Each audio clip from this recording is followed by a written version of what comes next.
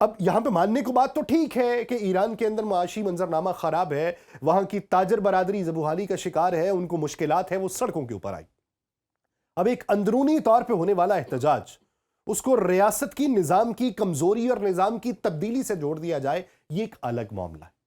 میں اس بات سے انکاری نہیں کہ ایران کے اندر احتجاج نہیں ہوئے، ایران کے اندر گرفتاریاں نہیں ہوئی، اس احتجاج میں لوگ نہیں مارے گئے، مانتا ہوں مارے گئے، ماضی قریب میں بھی ایسا ہوتا رہا، بارہا ہوتا رہا، لیکن یہ کہا جاتا رہا کہ اب آیت اللہ علی خامنائی کا دور ختم ہو چکا۔ یہی وجہ ہے کہ آج بھی جب آیت اللہ علی خامنائی کی ذات کو نشانہ بنایا جاتا ہے تو اصل مقصد فرد نہیں ہے، بلکہ وہ نظام ہے جو شخصیات سے زیادہ نظریات پہ کھڑا ہے، وہ قیادت جو عوام سے الگ نہیں بلکہ عوام کے درمیان سے ابھری ہے۔ ایران کے مختلف شہروں میں ہونے والے اجتماعات اب اس حقیقت کی یاد دہانی ہے، یہ وہ مناظر ہیں جو مغربی میڈیا کی سرخیوں میں جگہ نہیں پاتے، کیونکہ اس پورے احتجاج کے بعد کچھ اور مناظر بھی دیکھنے ملے، کیونکہ یہ اس بیانیے کے خلاف جاتے ہیں جو پہلے سے طے شدہ ہوتا ہے۔ یہ پہلا حصہ یہاں اس سوال پہ ختم ہوتا ہے کہ اگر واقعی یہ سب سچ ہے تو پھر بیانیہ بنانے کی اتنی ضرورت کیوں پیش آ رہی؟ اگر نظام گرنے کے قریب ہے تو خبروں، افواہوں اور انٹیلیجنس لیکس کی اتنی بھرمار کیوں ہے؟ اب میں اگلے حصے کی طرف آتا ہوں جس میں ہم یہ دیکھیں گے کہ کس طرح یہی طریقہ دوسرے ممالک پہ آزمایا گیا، کیسے میڈیا کو بطور ہتھیار استعمال کیا گیا، کیسے سچ اور جھوٹ کے درمیان لکیر کو دانستہ دھندلا دیا گیا، کیونکہ اصل جنگ میدان میں نہیں زہروں میں لڑی جاتی ہے۔ اب ہے دوسرا حصہ۔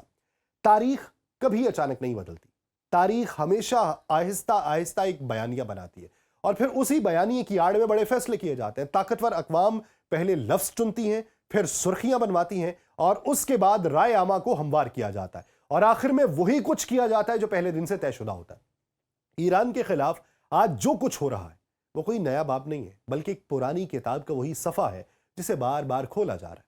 جب اسرائیلی وزیر اعظم بنجمن نیتن یاہو نے کہا کہ اسرائیل ایران کو اپنے بیلسٹک میزائل پروگرام کی بحالی کی اجازت نہیں دے گا، تو یہ محض ایک بیان نہیں تھا، یہ ایک نفسیاتی اعلان تھا۔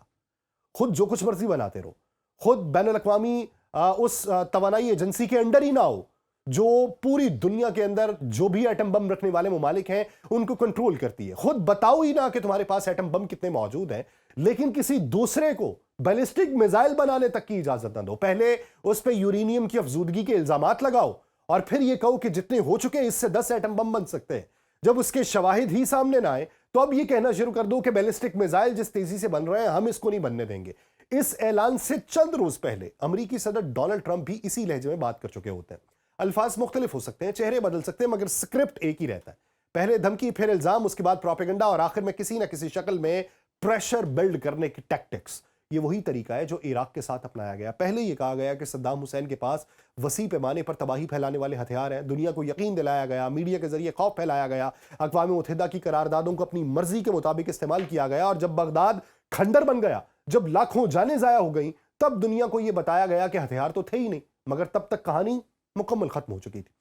ایران کے معاملے میں بھی یہی پرانا نسخہ دوبارہ آزمایا جا رہا ہے۔ اس سے پہلے وینزویلا پہ آزما لیا ہے، صدر اٹھا لیا ہے۔ فرق صرف یہ ہے کہ اس بار ایران وہ ملک نہیں ہے جو خاموشی سے تاریخ کا بوجھ اٹھا لے۔ اس بار ایک ایسی ریاست ہے جس نے 4 دہائیوں سے دباؤ، پابندیوں، سازشوں اور جنگی دھمکیوں کے سائے میں جینا سیکھا ہے۔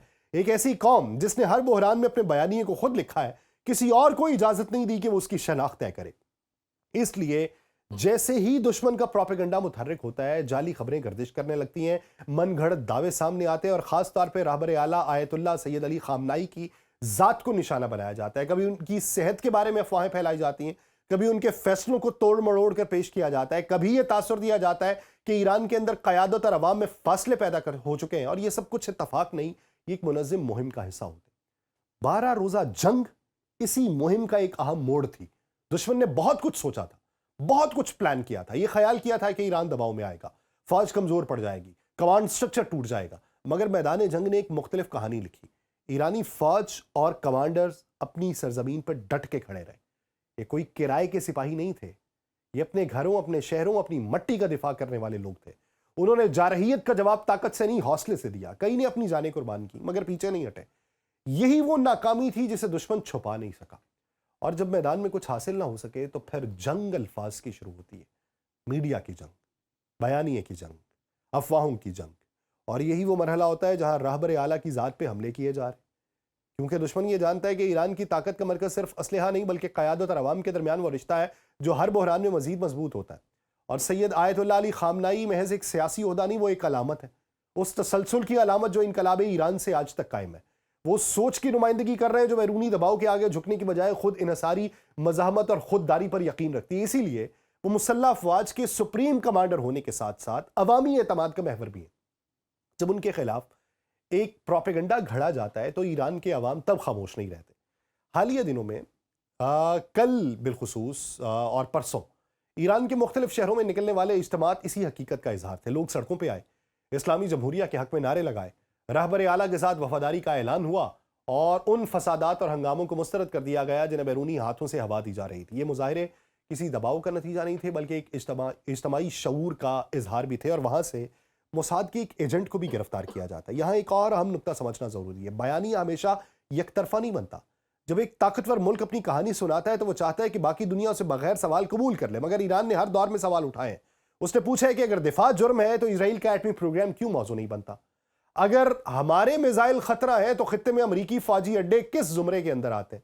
اگر قانون کی بالادستی کی بات ہے تو پھر دھمکیاں، پابندیاں اور یک طرفہ فیصلے کس قانون کے تحت ہوتے ہیں؟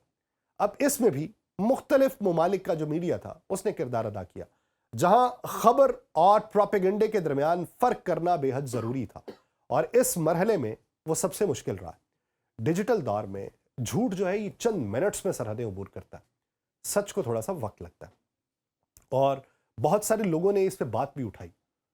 بہت سارے ایسے نام پاکستان کے اندر بھی موجود ہیں، صحافتی برادری کے اندر بھی موجود ہیں، سیاستدانوں میں موجود ہیں جنہوں نے اس بارے میں بات کی۔ ہماری تاریخ بھی جد و جہد والی ہے، اس لیے توقع کی جاتی ہے کہ ہر خبر کو اس کے سیاق و سباق کے اندر دیکھا جائے۔ بین الاقوامی سطح پہ خبر رپورٹ ہو اور ہم اسے فوری طور پہ پھیلا بھی دیتے ہیں کہ بین الاقوامی سطح پہ رپورٹ ہوئی ہے، مستند بھی ہے، لیکن اس کے ذرائع کنفرم کرنا بھی ضروری ہوتا ہے کہ یہ ذرائع جو لکھ رہے ہیں ان کا تعلق کہاں سے ہے۔ تو جس خاتون نے اس کو لکھا ہے، جس کا نام گیبریل ہے، وہ خاتون تل ابیب بیسڈ جرنلسٹ ہے۔ تل ابیب اسرائیل کا دارالحکومت، وہاں کی جرنلسٹ ایران مخالف مظاہروں کے بارے میں رکھ رہی ہے اور یہ لکھ رہی ہے کہ وہاں نظام کمزور ہو چکا ہے، وہاں آیت اللہ علی خامنائی جو ہے روس بھاگنے کی تیاری کر چکے ہیں، اپنے خاندان کے بیشتر افراد کو اپنے ساتھ میں لا چکے ہیں۔ تو یہاں طاقت ہی سب کچھ طے کرے گی کہ بیانیہ کون سا ہوگا اور اس کی ترویج کیسے کی جائے گی۔ کیا دنیا واقعی ایک ایسے دور میں داخل ہے جہاں امریکہ کو یہ اعلان کرے، اسرائیل کو یہ اعلان کرے اور اسی پہ مان لی جائے، یا ابھی بھی قومیں جو ہیں وہ اپنے بیانیے خود بنانے کی تگودو کریں گی؟ اب اس میں اہم بات یہ ہے کہ جب قومیں اپنے بیانیے بنانے خود طے کر دیں تو پھر آگے کیا بچتا ہے؟ طاقت کو ایک طرف رکھتے ہیں، بات کو میں آگے بڑھاتا ہوں۔ طاقت جب ایک طرف پڑی ہوگی تو پھر معاملات کدھر جائیں گے؟ ایران کی حالیہ تاریخ یہ بتاتی ہے کہ دباؤ کتنا ہی شدید کیوں نہ ہو، اگر قوم اور قیادت ایک صف میں کھڑی ہو تو بیانیہ باہر سے نہیں اندر سے جنم لیتا ہے، اور یہی وہ حقیقت ہے جس سے دشمن سب سے زیادہ خائف ہے۔ تو اب دیکھنا یہ ہے کہ وہ جو ماڈل ایک طرف لیٹن امریکہ کے اندر اپنایا گیا، کیا اس کی شے کے اوپر امریکہ کا سب سے بڑا اتحادی، اس کا لے پالک بچہ اسرائیل، اس طرح کی کوئی انہونی کرنے کی کوشش کرے گا، اور اگر کرے گا تو انجام بھیانک ہو سکتا ہے۔ مجھے دیجیے اجازت، اللہ کے بعد۔